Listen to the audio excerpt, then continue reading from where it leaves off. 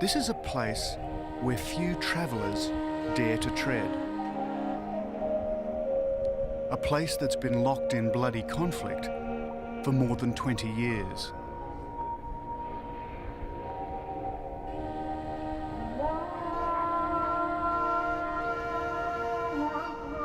But beyond the conflict is a land of extraordinary beauty, a place that was once the fountainhead of one of the world's oldest beliefs. For me, this is a special journey to a valley hidden deep in this strictly Islamic land, as I seek the gigantic relics of a much more ancient faith, the lost Buddhas of Afghanistan.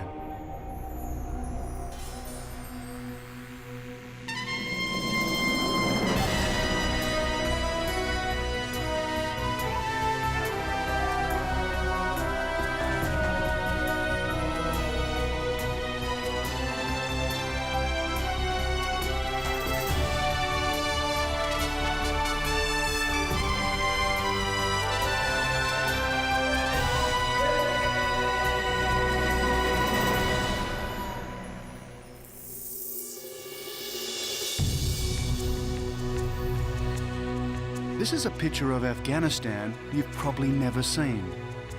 It's an ancient realm of extraordinary culture, landscape, and people.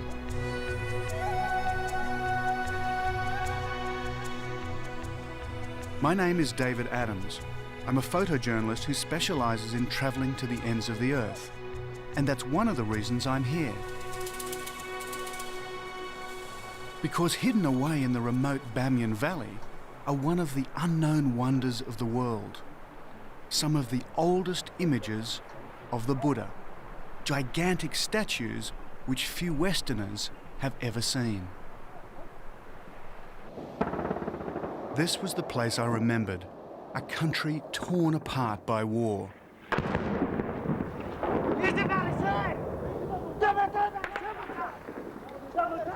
5 years ago, I was here as a freelance war correspondent. Now the front line is that way, and the Hezbollah militia are firing right over my position through the other side of the city. But I knew that beyond the bombs and the bigotry was a hidden treasure, a place from where an ancient religion took its creed to the world. I swore that one day I'd seek out Bamiyan and its lost Buddhas. Afghanistan is a landlocked country in Central Asia, sandwiched between Pakistan and Iran. From the capital Kabul, I head for Herat, and then up to Mazar-e-Sharif, and then on to Bamiyan. My journey starts, though, in Pakistan, at a point where most people get their first and only glimpse of Afghanistan. It's on a road well trodden by armies, smugglers, and spies, the Khyber Pass.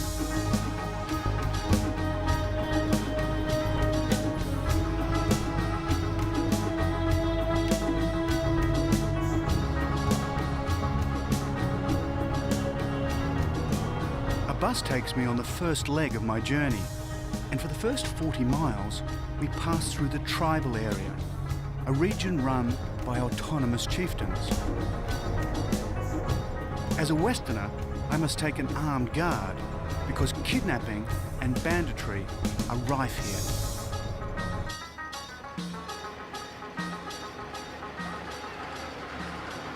Then a familiar sight. 5 years ago, I remember passing this burnt-out tank. It's still here. We've just crossed the border into Afghanistan. Allow this 10,000 rupees Afghani, this Kabul bank. These kids are offering to exchange my American dollars and Pakistani rupees for the local currency, Afghanis. And so how much do they want for all of this? He's asking for 100 rupees. He wants 100 rupees. Yes. for this amount of money. That He doesn't said, sound like the right exchange rate, is it? yeah, I don't think so, but that's what he wants from you. If you can The buy problem is, there are 40,000 Afghanis to the dollar, I'd like and these some Afghan guys money anyway. are only offering me 10,000. Well, someday I think he'll be a very good businessman. Okay. Thank you.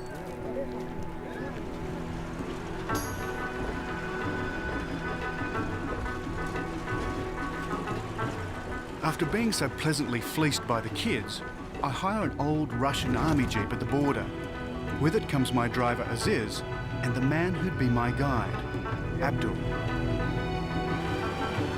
And off we set towards the spectacular Hindu Kush.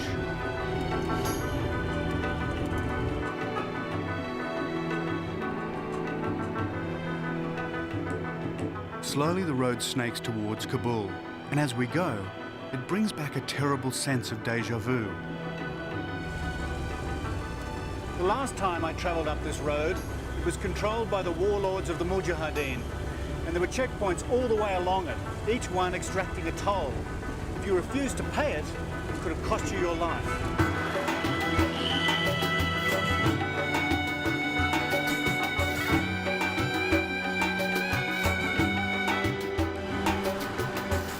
But for the moment, this part of Afghanistan is relatively peaceful. Soon, I get my first glimpse of the capital, Kabul.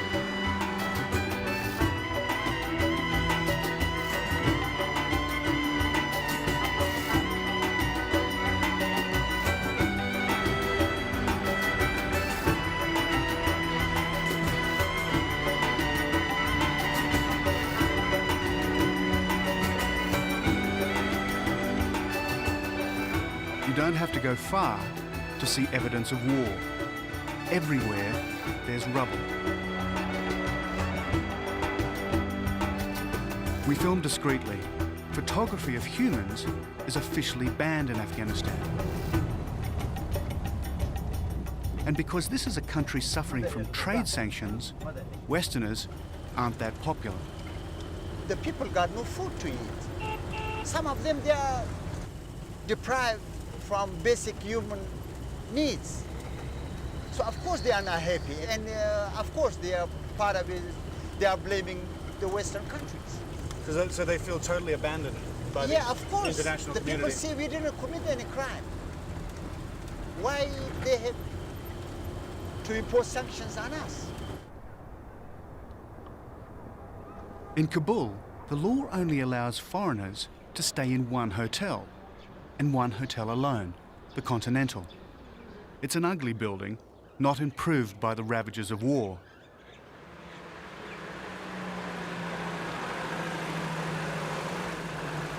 It was where I stayed last time, and it's where I stay this time.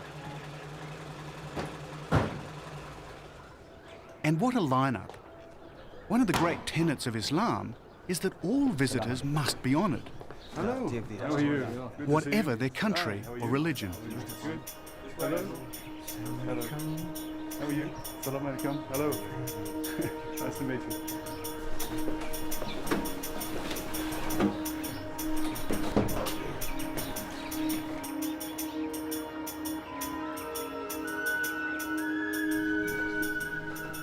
The plight of the Continental sums up Afghanistan. Normally, an international hotel like this would be brimming with businessmen, politicians, and power brokers. But aside from me, it's empty. A deserted monument to Afghanistan's international isolation.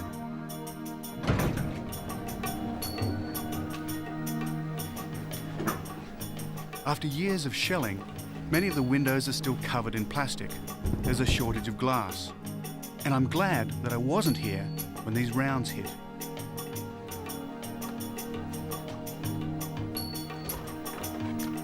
I ask for my old room. It's of course no problem. I've got the pick of the hotel.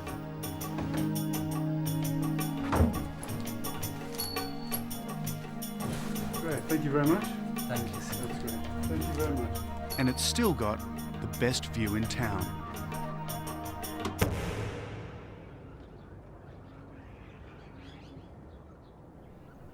Now, 5 years ago, standing here, this was a panorama of battle.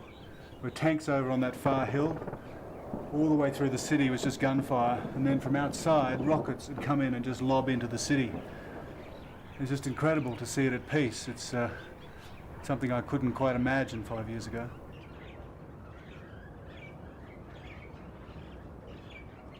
But I want to go back to where I was as a correspondent, the front line. The killing grounds of Kabul, where I'd witnessed so much death and suffering. And it wasn't just the humans who suffered. What's so amazing is that the Kabul Zoo is still here.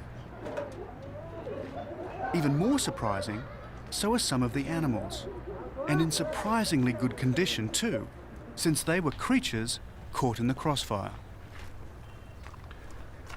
Well, I guess you'd have to say this is about the saddest bear in the world, but it's a miracle that he's here at all, because during the battle for Kabul, the zoo was the front line, and all around here there are trenches. What's incredible is that the zookeepers stayed here during all that fighting and tended the animals. And they also looked after the trees because everybody wanted to cut them down for firewood. It's just one of those amazing stories that comes out of war. The bear was unharmed, but the lion was hurt when a grenade was lobbed into his cage. He's blind, but alive.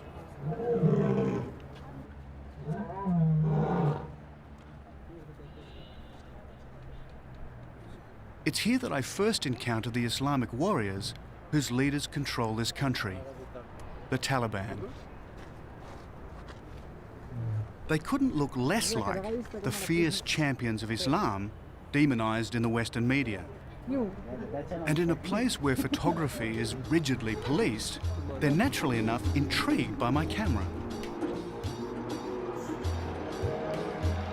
But to place all Taliban in the same fundamentalist camp is not to understand where they're coming from. Most of them just want to see order restored and a better life for their children.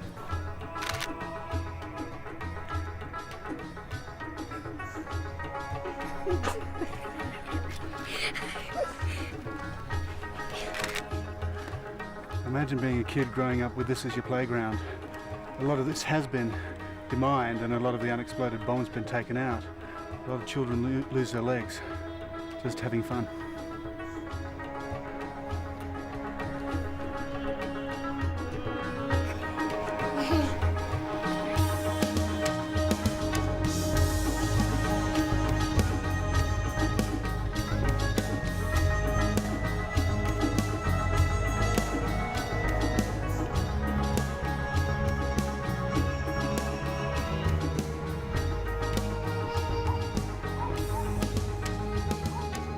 It's been a daunting first day back in Kabul, back in a ruined city where people still live with the prospect that any day the end of their world could come.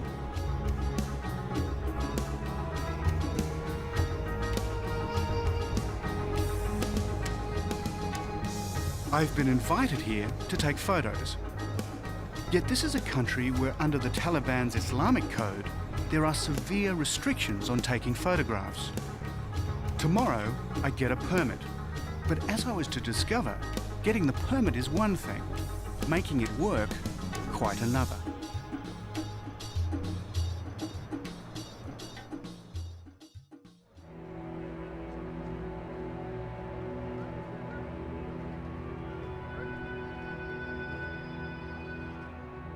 Morning in Kabul, and sunrise reveals a shattered city.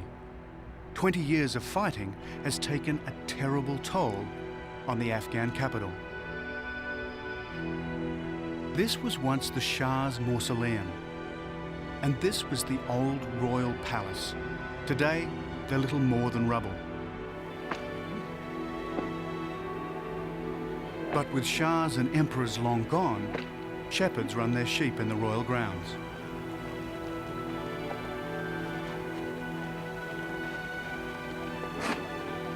My journey will take me across the country from Kabul to Herat.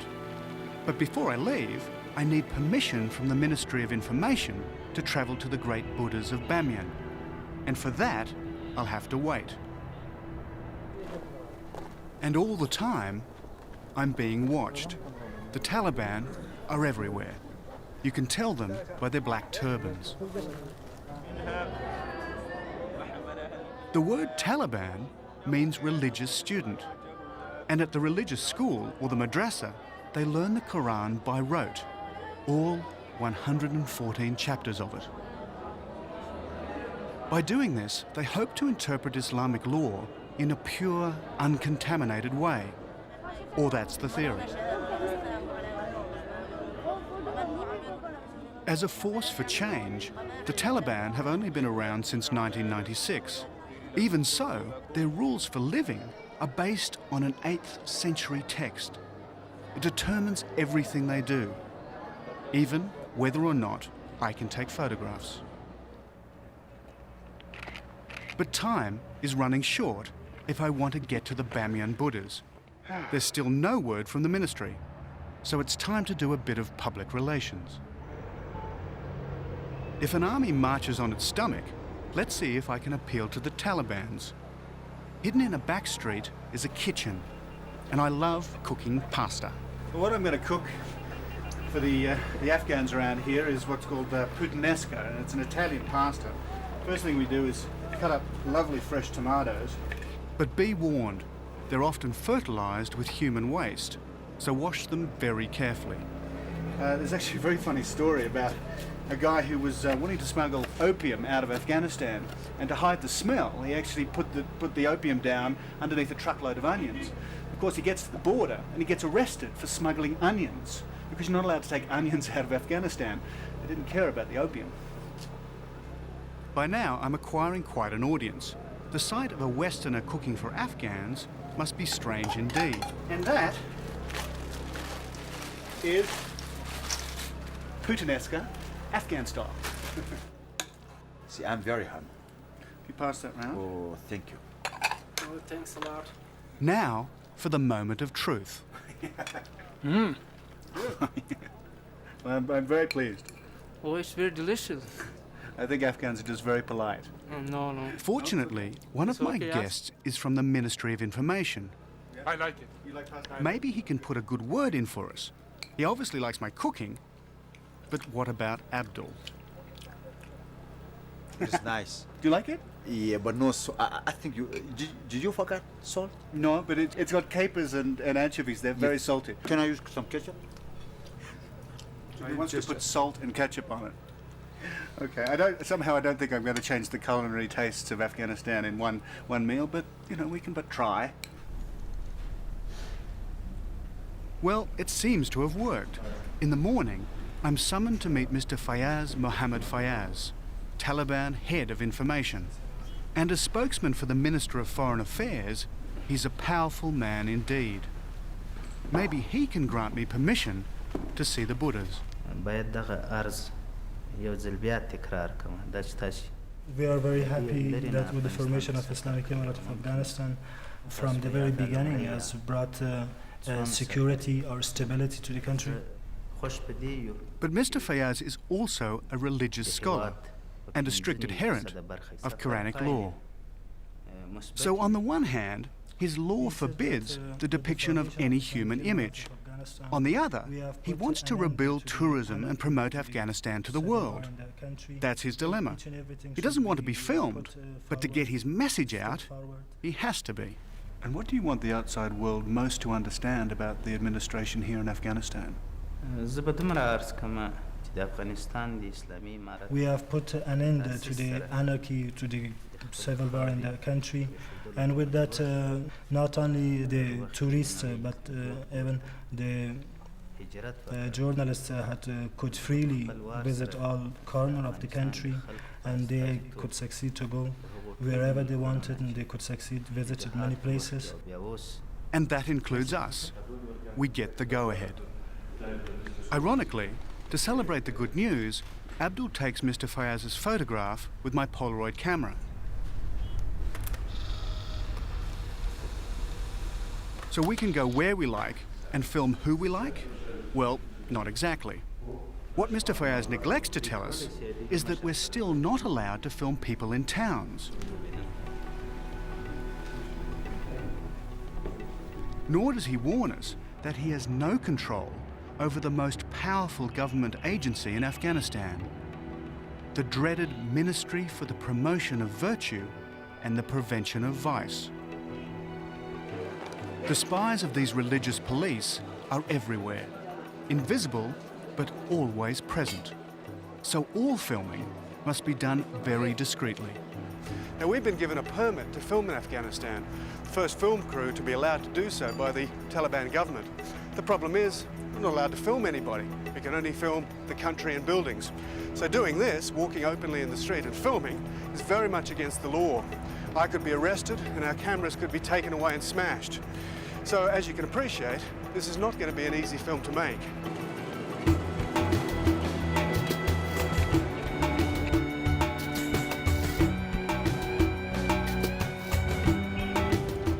So unsure of exactly what lies in store, we fire up our Jeep and head for the airport.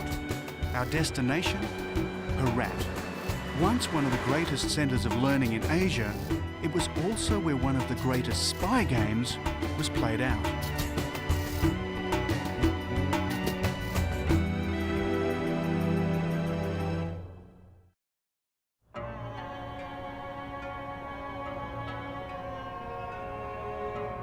The Afghan city of Herat is 400 miles west of Kabul as the crow flies, and it's been a battleground for thousands of years.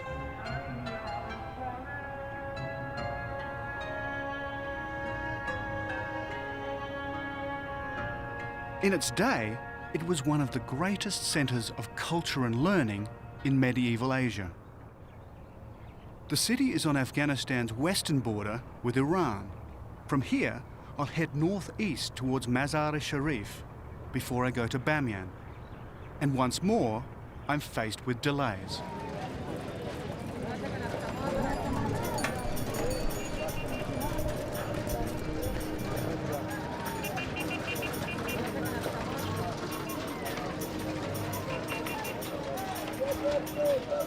Abdul heads out to try and get us filming permits, reminding us that in Herat, we're not high on the Taliban's list of priorities. The Taliban, from the very beginning, they were under criticism from Western media. And that is why they are paranoid.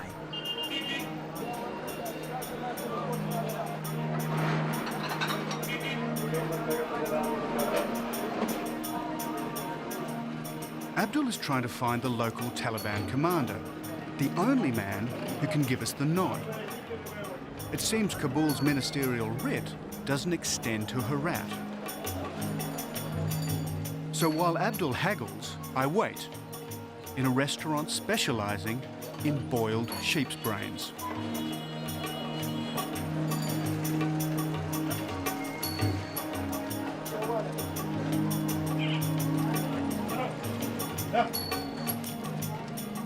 The minutes turn to hours.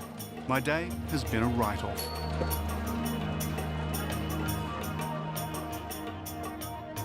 Next day, a permit arrives. We can film Herat's ancient university, though there's not much left of it now. It was largely demolished by British soldiers in the 18th century.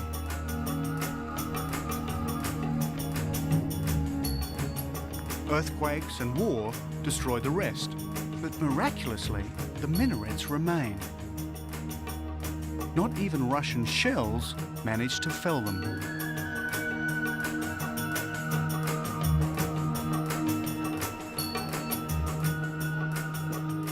But permission to enter the citadel hasn't come through yet.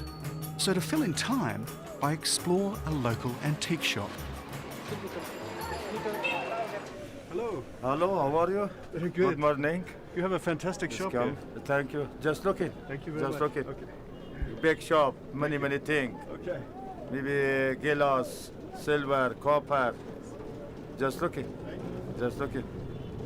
In a way, it's like a junk shop of history, filled with discarded objects from Afghanistan's turbulent past. Banknotes from Imperial Russia, shoes from a Shah's harem, coins reputedly minted at the time of Alexander the Great. And if you like old weapons, a particularly deadly gun. This looks like probably the most famous guns in Afghanistan. They're called the Gazelle, and it's what the Afghans used to fight the British for probably the First and Second Wars. And they used to fire these off their horses, this low butt, and they used to hold them very, very high like this. Incredible weapon, I think incredibly hard to aim, but apparently they were very good, very accurate. But this is what I'm really after. Glassware that's unique to this shop.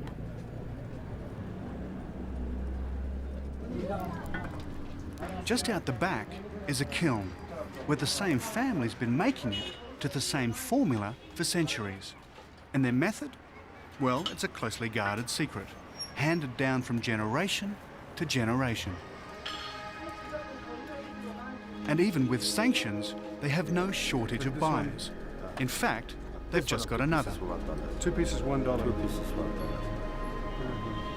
I think I'll be buying a lot. Yes. At last, permission has arrived from the Taliban.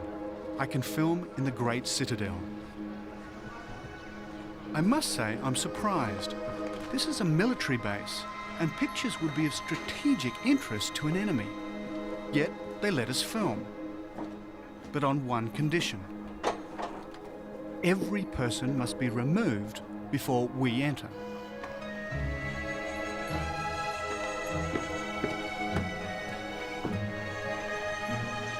I'd always wanted to explore this fortress because of its role in a forgotten piece of 19th century history. The secret spy wars between Britain and Russia, known as the Great Game. Afghanistan was the gateway to British India, and Russia wanted to control that gateway. Intrepid British and Russian army officers roamed the country in disguise, mapping and spying all the military routes. One of them was Lieutenant Eldridge Pottinger. After being held under siege for months in the Herat citadel, it was Pottinger who saved the day for the Afghans.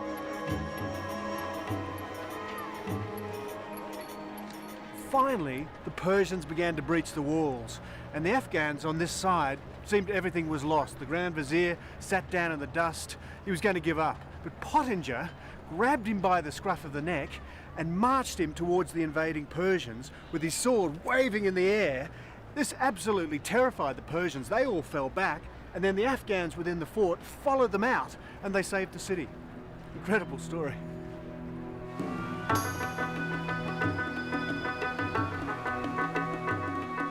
In a way, the Great Game sums up Afghanistan's problem in a nutshell. It's a country sandwiched between rival empires. So for invading armies, it's always been a battlefield on the way to somewhere else. How any of these armies were able to move through Afghanistan boggles the mind. The roads through the mountains are appalling. I'm now heading north, slowly drawing closer to the battlefront and the killing fields, the deadly legacy of more than 20 years of war.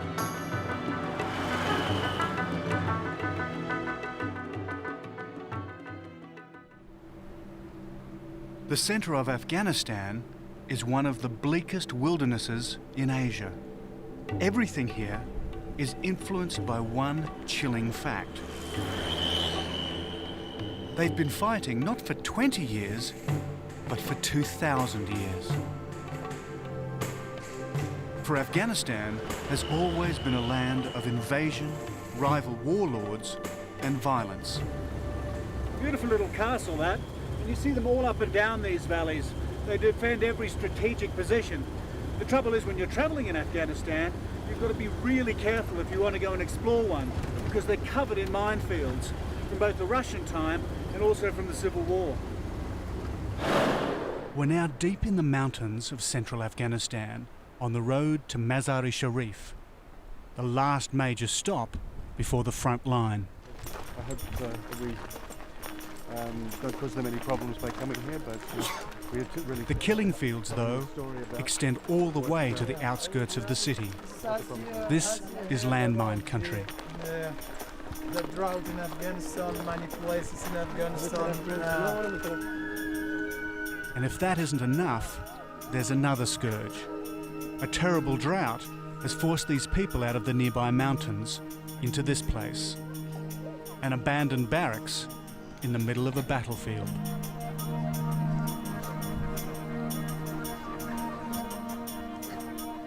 Unexploded shells and landmines are everywhere.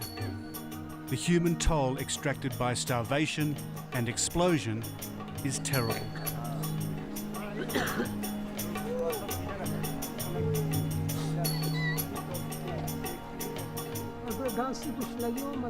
This man has lost 3 of his 5 children in the last 2 weeks.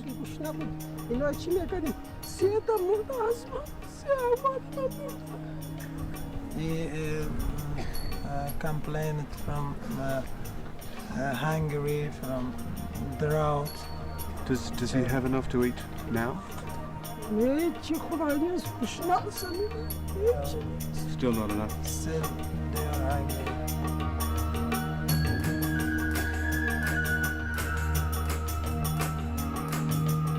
For once, we can film safely without our Taliban minders, because we're here under the protection of the Halo Trust.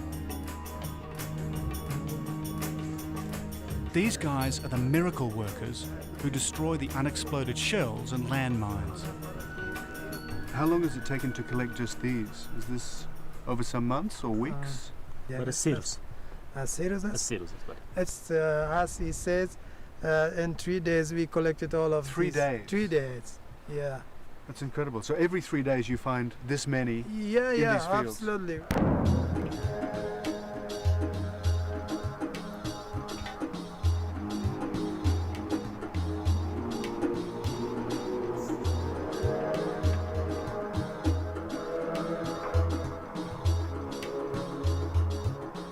This work is hideously slow, and there's no way to go any faster.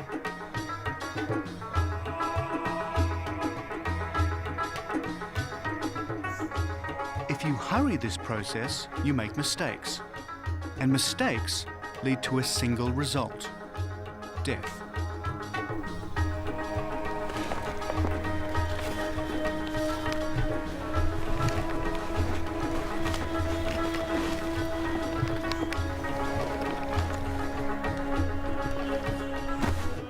It's estimated there are still 10 million landmines to be cleared in Afghanistan.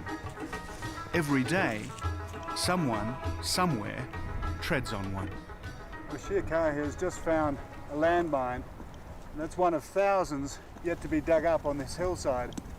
And behind me, this valley, in 3 years, they've cleared upwards of 1,800 mines, more than 3,000 unexploded bombs and rockets, and nearly 70 anti-tank mines. Probably take 10 years to clear all the high priority areas in Afghanistan. That's where people live. But that's only if the support and the money to pay for it continues.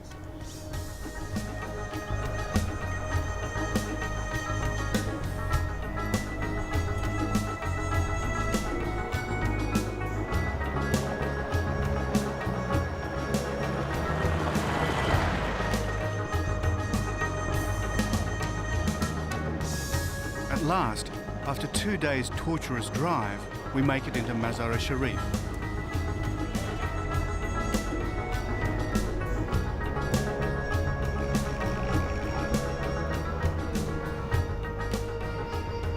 Despite all the fighting, one building has managed to survive all the shells and bombs: the Great Blue Mosque. This time, there's no problem with filming.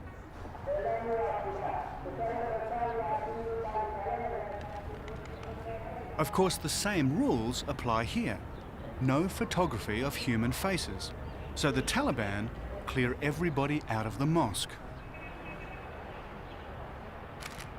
I feel a bit guilty. It's almost noon, time for prayers. But rules are rules. No one may stray in front of our cameras. This is one of the holiest shrines in Islam. It's the burial place of Muhammad's son-in-law, Hazrat Ali. Not only is it a spiritual place, but it's one of the most beautiful mosques in the entire Muslim world. Well, we've just heard some rather disturbing news from the BBC and confirmed by the UN that the US might be moving towards another missile strike in Afghanistan aimed at one of the camps perhaps associated with the alleged terrorist Osama bin Laden. And we can't confirm that, but I've got to say, standing here in this beautiful, serene place, it's incredible to believe that maybe only 40 kilometres away, cruise missiles will be landing in the next few hours. On hearing this, the UN pull out. Other foreign aid agencies follow suit, and paranoia reigns.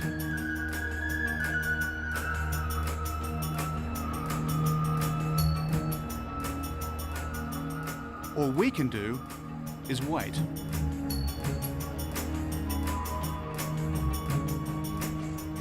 Two days later, and nothing has happened. This time, the missiles don't come. But false alarms like this are part of daily life here. Never knowing when a bomb might fall is just another pressure on a country already living on the edge.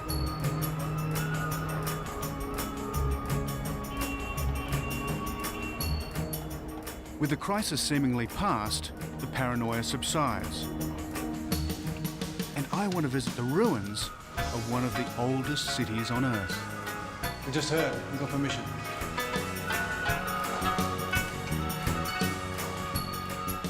Once more, Afghanistan's violent history rises to confront us.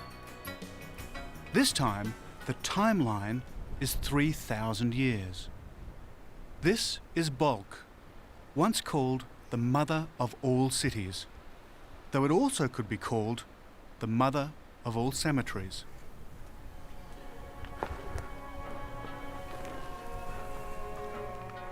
You know, wandering around places like this is boring to a lot of people. It's just a bunch of stones and bones. Well, in fact, as you can see, that's literally what it is. There are bones all over the place. Most of us just think about the last 20 years of war here in Afghanistan, but really it's about much more. Places like Balkh and sites like this all over the country. These bones, these ruins, go back to the earliest of times. This is what Afghanistan is really all about. In fact, Balkh is built on bones. All around its crumbling walls are the bleached remains of human habitation.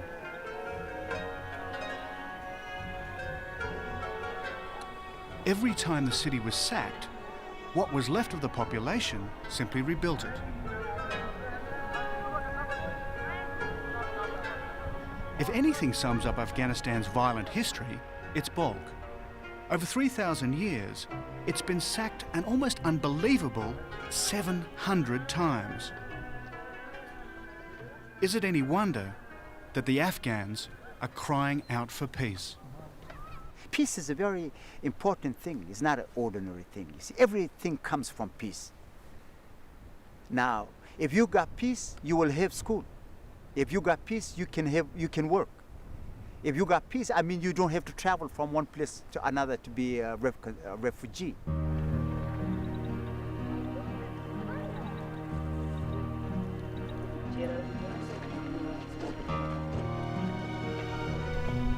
Tomorrow, I head for a sacred valley, a place where a religion was once practiced that prided itself on peacefulness. But it isn't a valley of Islam. I'm finally heading for Bamiyan, the lost valley of the Buddhas.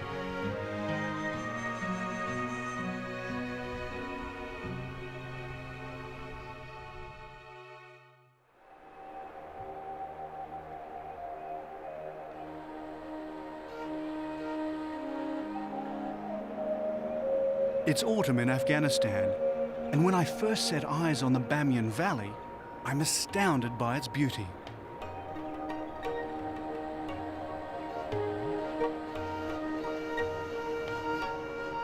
This is the Afghanistan few people ever see, and I'm one of the first Westerners for a long time who's been allowed to show it to the world.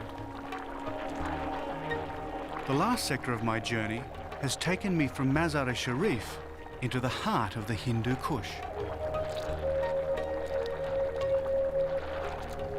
Not far from where natural mineral waters bubble from the ground, I find a great photographic vantage point. From here, I catch my first glimpse of the lost Buddhas of Afghanistan. And what colossal statues they are. That one there in the distance is 180 feet high. That's 57 meters, carved out of living rock, the height of a 20-story building.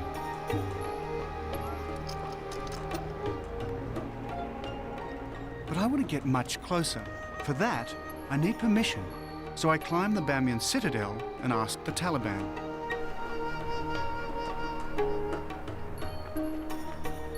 This medieval fortress is both a ruin and a strategic outpost. The Taliban tell me this place is called the City of Noise. It's deathly quiet now, but it got its name because of the cries of people slaughtered here by Genghis Khan more than 800 years ago. The killing went on for days. And you can die just as horribly up here today, because this whole mountain is full of mines. Any step just off the trails here, and you're dead. News from the Taliban commander is not good. The Buddhas are of military significance. Access will almost definitely be denied.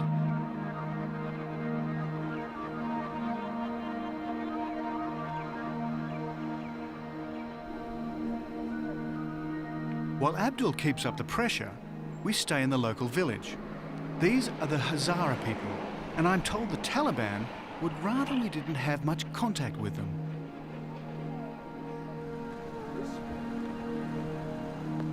The Hazara are the descendants of Genghis Khan's warriors, and they want independence for their valley, which is probably why the Taliban don't entirely trust them.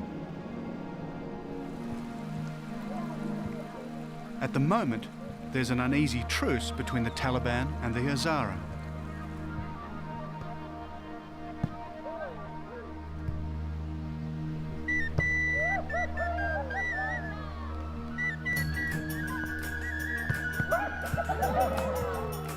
But the Hazara not only seem to want contact with us, they want me to play in one of their volleyball teams.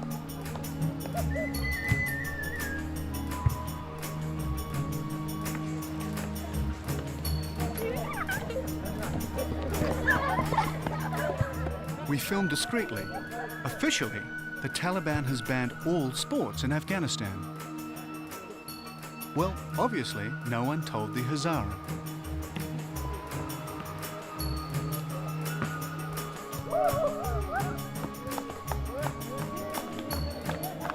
The following morning, there's an urgent summons, and I hope it doesn't mean trouble.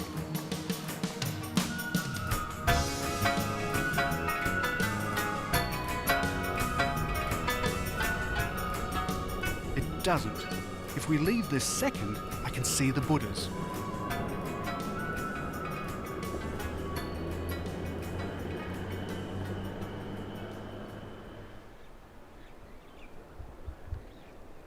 But when I get there, it's not quite what I expected. It's ancient, all right. It's definitely beautiful, but it's small. Not one of those big ones I saw across the valley the day before. It's also not in very good shape.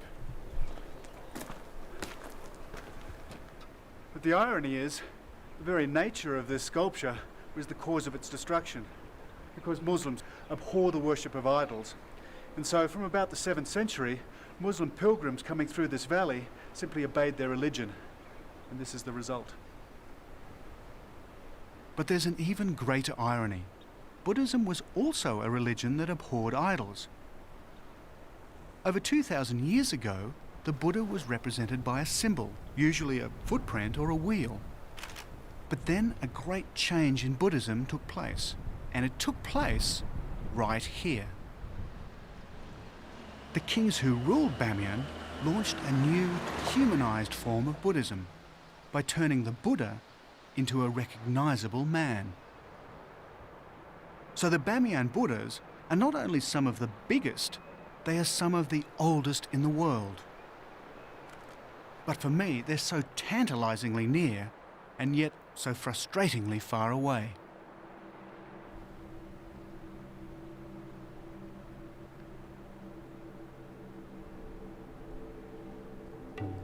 Early next morning, we have one last-ditch attempt to get permission.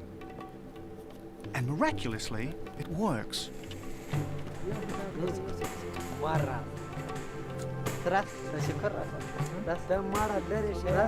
Taliban commander will let us see the giant Buddhas in return for a favour. He wants me to take his photograph. So once again, in a country which bans photography of the human form, this is not the time to point out inconsistencies in anyone's logic. Make it warm. You can go fast. There you are? That's good.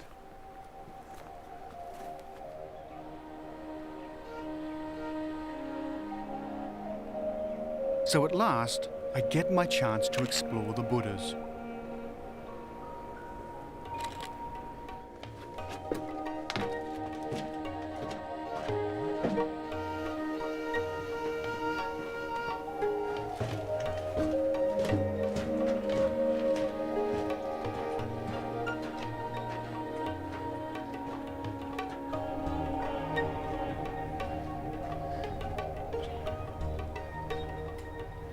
They've been allowed to fall into ruin for 1,000 years or more.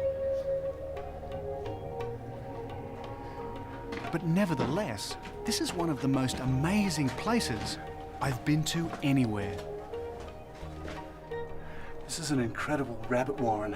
This whole mountain is just full of tunnels, and they all lead to little chambers which monks would have lived in or prayed in, and they all congregate around the Buddha here. And as you can see, the top of his face has been carved off. It may have been Genghis Khan, it may have been pilgrims, or it may have been relatively recently. And they've burnt and blackened the face as well. But you can still see it's an incredible sculpture, one of the greatest, I think you'd have to say, in the world. And then I'm told the reason why they were so reluctant to let us film here. Underneath is a Taliban ammunition dump.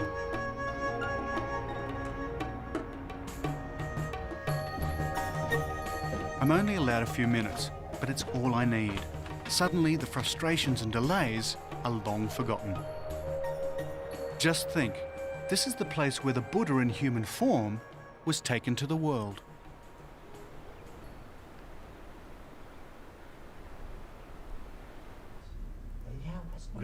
Before we leave, Abdul has an unpleasant task to perform. It seems our driver's assistant has been spying for the religious police. Maybe it's why we had so many problems getting permission. We'll never know. But Abdul's outraged, not only because he's been spying, but because he's broken a cardinal rule of Islam by being inhospitable to strangers.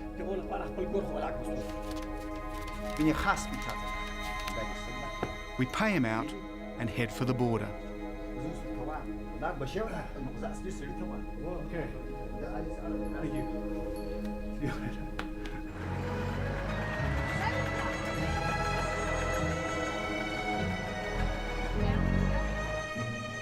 As we head back up the Khyber Pass, I begin to realize what we've achieved. We're one of the few documentary crews who've not been thrown out by the Taliban, largely because we tried to stick to the spirit of their rules. And while we found some of those rules frustrating, they respected us for trying to stick to them. They may have restricted and limited what we could film, but they never tried to censor what we wanted to say.